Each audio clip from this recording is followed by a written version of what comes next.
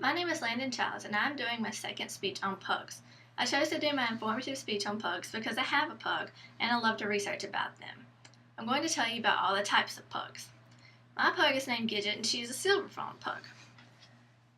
So you can get a really good look at her face. She only has black on her face, none on her head or on her back. You don't know what a silver fawn pug is yet, but you will in just a few minutes, so let's get started. The first pug is called a black pug. The black pug color was believed to have been brought from China by English lady Annie Brassey in 1886, although the true origin is unclear. These pugs are all black in color. They do not shed as much as other types of pugs because they do not have a white undercoat. To see this pug, look at the picture labeled black pug. The second type of pug is a fawn. They are mainly brown in color with some black. In the mid-19th century, there were two distinct strings of pugs. They are named after their rival breeders, the Willoughby and the Morrison.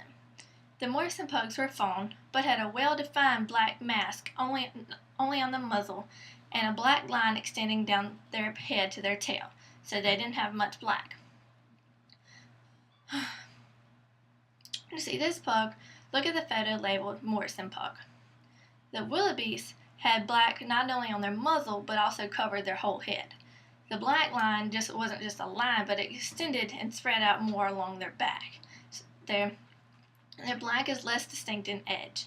They are known as apricot pugs. I have a friend with one of these pugs and he looks just like the picture. To see the picture, look at the photo labeled Willoughby pug.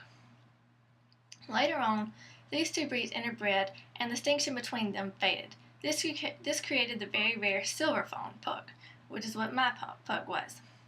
These silver fawns, like my dog, only has a black on their muzzle and ears. It's just their little muzzle and their ears. There's nothing on their head.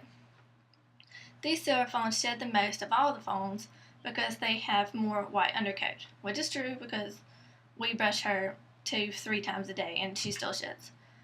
Silver fawns are my favorite, even though they do shed, just because they have less black. I think the blacks are cute, but I like the browns. To see this pug, look at the photo labeled silver fawn pug, plus you just saw my pug earlier. The third type of pug is a white pug.